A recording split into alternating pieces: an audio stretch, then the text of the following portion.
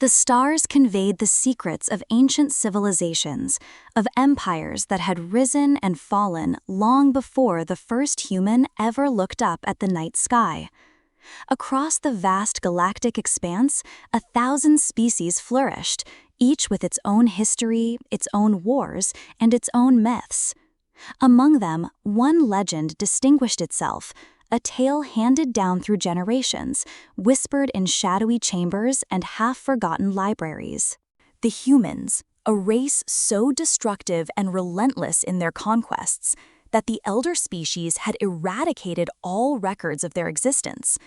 Some asserted that they had annihilated themselves in a cataclysmic war, while others believed they had escaped beyond the known galaxies, disappearing into the void. Yet their memory lingered as a spectral warning of what unchecked ambition could unleash. For centuries, these stories faded into obscurity, with the great empires dismissing them as mere fables, cautionary tales meant to frighten emerging civilizations. After all, if such beings had ever existed, they were surely long gone.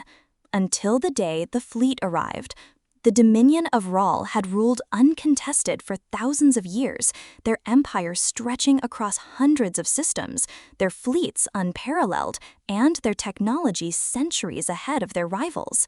When their deep space sensors detected an anomaly at the edges of their territory, they presumed it to be a lost colony ship or a group of pirates foolish enough to challenge their might.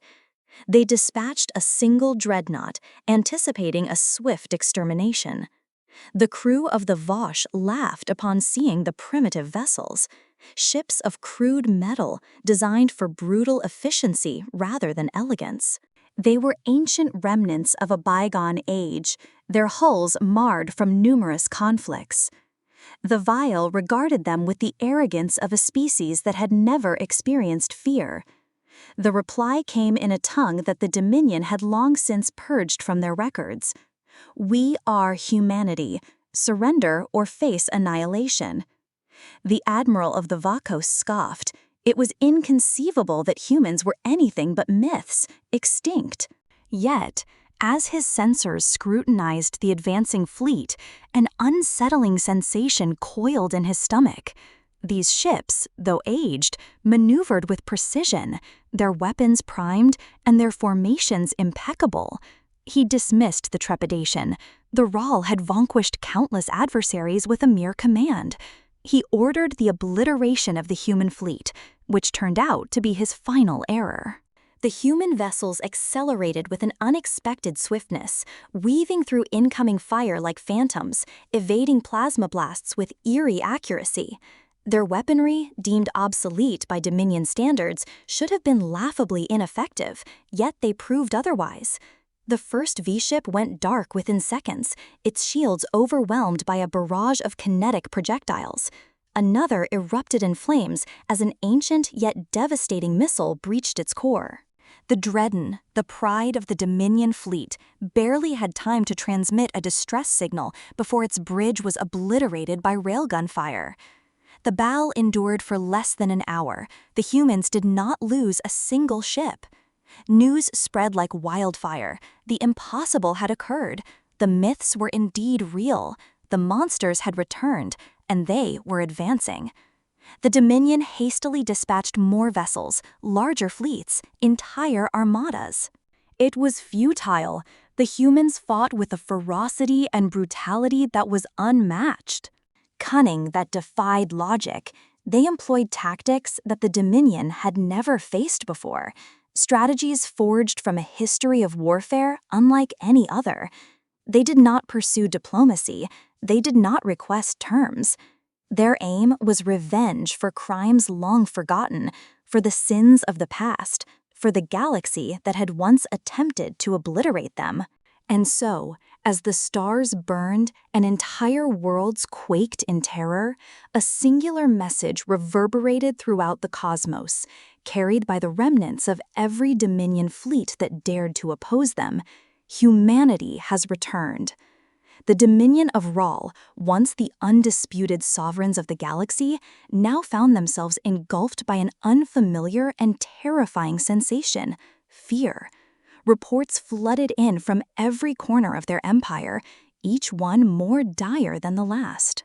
Entire fleets had been annihilated, colonies reduced to cinders, and their once unchallenged dominion was collapsing under the relentless assault of an adversary they had long regarded as a mere myth.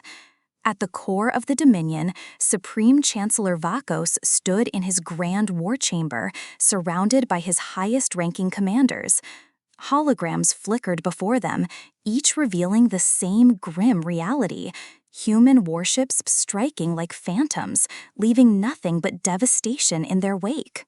"This is impossible," Admiral Tannick muttered, his mandibles clicking in frustration. "These creatures are relics of the past. Their technology is archaic, their ships rudimentary. How are they prevailing?" Vakos turned to his intelligence officer, a pale-skinned Varel named Sane, whose trembling hands betrayed her fear. "What do we know about them?" he demanded. Sane hesitated. "Not much. All records of humanity were eliminated long ago. What little evidence remains indicates that they were both resilient and warlike. But this," she gestured at the devastation before them, "this exceeds anything we could have envisioned." "Perhaps they were never truly gone," another general whispered. "Perhaps they have been waiting, observing, and preparing for this very moment." The thought sent a shiver through the room. The notion that humanity had not disappeared but had instead been lurking in the void, amassing their strength, was more frightening than any war machine. "Enough speculation," Vako interjected. "How do we stop them?" Silence ensued, as no one had an answer. The war was unlike anything the Dominion had ever encountered. They had battled countless foes before: rebellious planets, rival empires, and pirate factions. However, those adversaries adhered to the same rules, following the same unspoken laws of engagement. The humans did not. They fought without honor, striking without warning. They refused to negotiate and denied any acknowledgement of surrender. They targeted the Dominion's supply lines, shipyards, and fuel reserves. They were waging total war, something the Dominion had never faced. And worst of all, they appeared to be growing stronger. The initial human fleet had been small, yet new warships emerged daily. Where were they coming from? How had they constructed so many ships in secrecy? The Dominion spies had no answers, which only intensified the fear. Then humanity committed an act that was truly horrifying. They captured their first planet.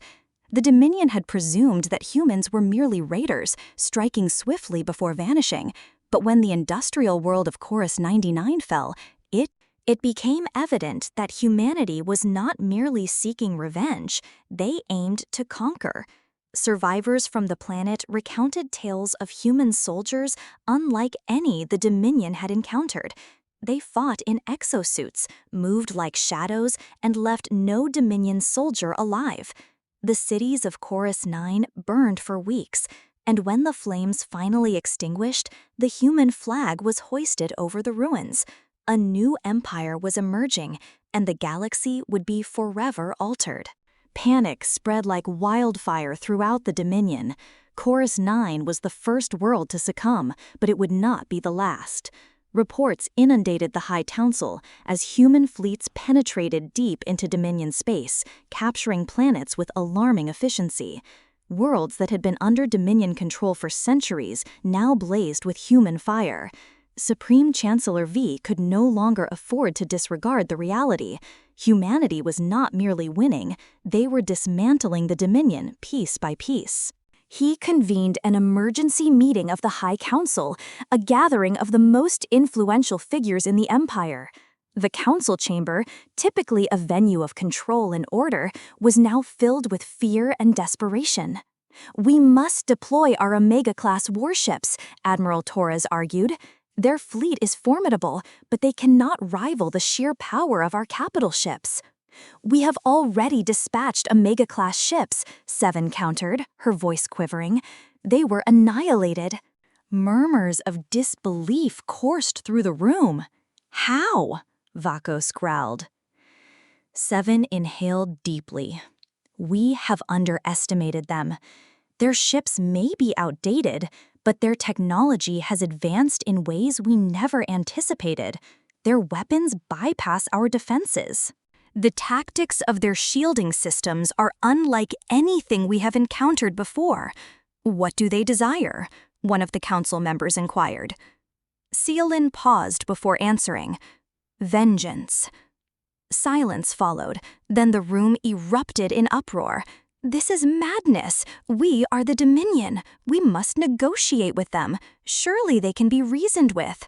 No, they will not cease until we are extinct. Vakos raised a hand, commanding silence. His reptilian eyes shone with fury. If it is vengeance they seek, then we shall demonstrate why the Dominion has ruled this galaxy for a millennium. We will incinerate their worlds and hunt them down to the last soldier. Yet, even as he uttered these words, they felt hollow. He understood the reality. The Dominion had always triumphed due to their superior strength. However, for the first time, they were confronting an adversary that was unafraid. For humanity, this conflict was not merely about conquest or power. It was something deeper, something far more terrifying. It was personal. And deep within the void, beyond the known reaches of space, a new fleet was gathering. Humanity had returned, and they were just beginning. The Dominion's war machine roared to life. Across the Empire, shipyards operated tirelessly, producing warships at an unprecedented rate. Recruitment centers overflowed as soldiers were conscripted, their minds saturated with propaganda about the Terran invaders. The Dominion had faced rebellions, rogue fleets, and rival empires before, but never an enemy like this. Still, the humans advanced. The war was not fought on equal footing. The Dominion believed in control, discipline, and strategies that had proven effective for millennia, while the humans fought with chaos, unpredictability, and the relentless brutality that dismantled every doctrine upon which the Dominion had constructed its empire was exemplified by a solitary human fleet that could emerge unexpectedly, strike a supply convoy, and vanish before the Dominion had the opportunity to respond. Their vessels were not merely swift, they operated like predators, targeting critical points with precision. They did not engage in prolonged confrontations. Instead, they attacked where it inflicted the most damage.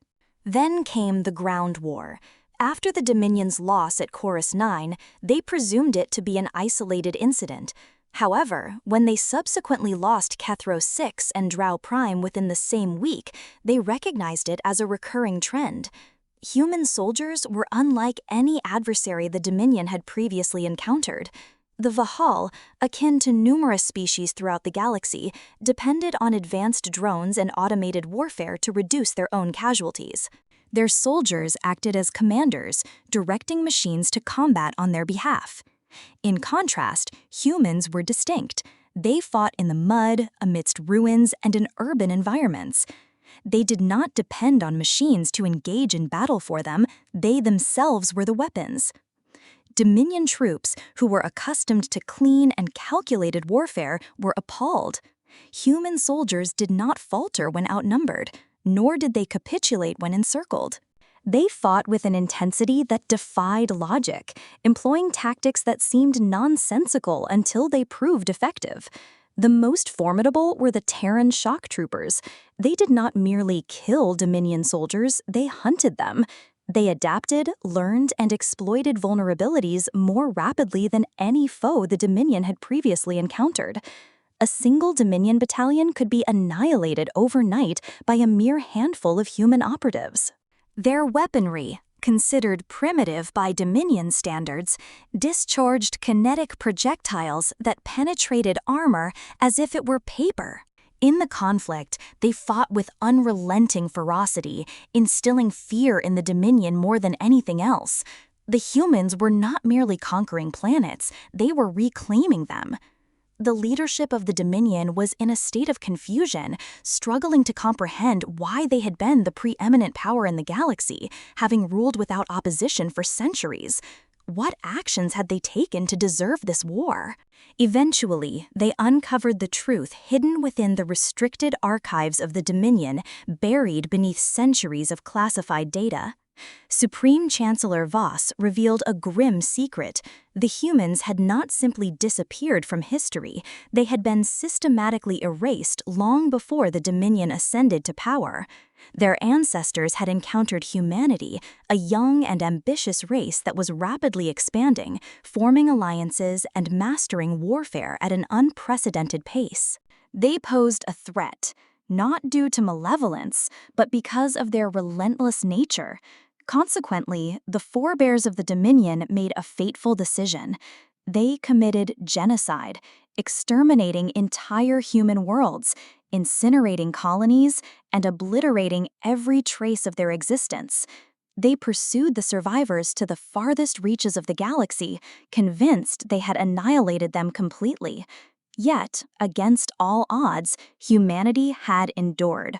Now, after centuries spent in obscurity, they had returned, not as conquerors, but as avengers. The realization hit Supreme Chancellor Vakos like a death knell. This conflict was not merely a war, it was a reckoning. The humans were not present to expand, conquer, or dominate. They had come to settle an ancient debt, one inscribed in blood and fire. One that the Dominion had forgotten, but which humanity had never forgiven. Vakos. He stood in the quiet chamber, gazing at the ancient records depicting the HDs of burning human cities and the cold, calculated extermination of an entire species. The faces of the V leaders from centuries past loomed over him, their decisions having sealed the fate of their descendants. The humans had every reason to despise them, however. Hate was not the term that encapsulated what the humans experienced. Hate was an emotional response that could be reasoned with, but this was something entirely different. This was retribution. Suddenly, a chime shattered the heavy silence as an emergency transmission flickered to life in the war chamber. The face of Admiral Tonic appeared, his expression a mask of disbelief and barely contained panic. "They're here," he stated, his voice hollow. Vakos straightened as Tonic swallowed hard. "Here on Vir L Prime." A hush fell over the room. "Impossible," someone murmured. "The humans were still on the outer colonies and should not have been able to reach the Dominion's capital so swiftly." Yet they had. A second alarm blared, and tactical maps filled the war chamber, displaying red markers descending from the void like vengeful wraiths. Human warships, larger and more formidable than the Dominion had anticipated, had completely bypassed the outer defenses. They were not there to engage in another battle. They were there to conclude the war. The skies over Va Al Prime ignited as the first human dropships descended through the atmosphere. Anti-air defenses roared to life, but it was already too late. The humans had meticulously planned this assault with the precision of a species that had spent millennia perfecting the art of war. Stealthcraft had already infiltrated the planet's surface. Orbital stations seized control of defense platforms, turning them against their own Fleet Dominion warships, which were detonating in low orbit, showering molten debris onto their cities below. Panic ensued as citizens poured into the streets, witnessing in horror the collapse of their once invincible empire. The Dominion soldiers, who had been indoctrinated to believe in their species' superiority, now quaked in fear as human strike teams emerged from the smoke. They fought with a ferocity the Dominion had never encountered before. The humans were relentless, brutal, and efficient, eschewing theatrics to target vital infrastructure first, crippling power grids, communications, and military coordination. Within hours, entire districts were engulfed in darkness. Vakos observed the nightmare unfold from his war room, where his admirals shouted at one another, issuing desperate and conflicting orders. It was futile. The Dominion was losing. Humanity had already triumphed. He had one final option: prepare the planetary annihilation protocol, he instructed, his voice steady. The room fell silent. Even his most loyal generals recoiled. Chancellor Sealand whispered, "That will kill billions of our own people. If we cannot possess this world, neither shall they." Vakos replied coldly, but before the order could be executed, the doors to the war chamber burst open. A figure entered, flanked by 2 human soldiers clad in jet-black armor. Vakos recognized him immediately. He had seen the man's face before, not in person, but in the old, buried archives. He was one of the last survivors, a descendant of the massacred race, a human. He advanced with his helmet tucked under one arm, his eyes reflecting something more profound than hatred: certainty. Vakos tightened his jaw. "What do you want?" The human responded with a smile. Justice was being served as the Dominion burned. Vel Prime fell within a single night. For centuries, the Dominion had maintained its iron grip over the galaxy, its fleets unrivaled and its power unquestioned. Yet, ultimately, none of that held significance. Humanity did not arrive as conquerors or diplomats. They came as executioners, delivering a long overdue sentence. The war concluded not with negotiations or peace treaties, but with silence. By dawn, the high command of the Dominion was no more. Supreme Chancellor Voss, his admirals, and his war ministers had all been executed. The humans showed no mercy, nor did they waste words. The judgment had been rendered centuries prior, and this was merely the execution of the sentence. The streets of Val al Prime were eerily quiet following the final battle. The towering spires of the Dominion's once great capital lay in ruins, smoke billowing from the wreckage of shattered buildings. The banners of Val, once symbols of power, were now trampled in the dirt, while over the tallest tower, the flag of humanity waved. Across the galaxy, every planet under Dominion control received the same transmission. A human commander appeared before the camera, clad in dark, battle-worn armor. His expression was calm, and his voice steady. There was no joy in his words, only a sense of finality. "The Dominion is no more," he declared.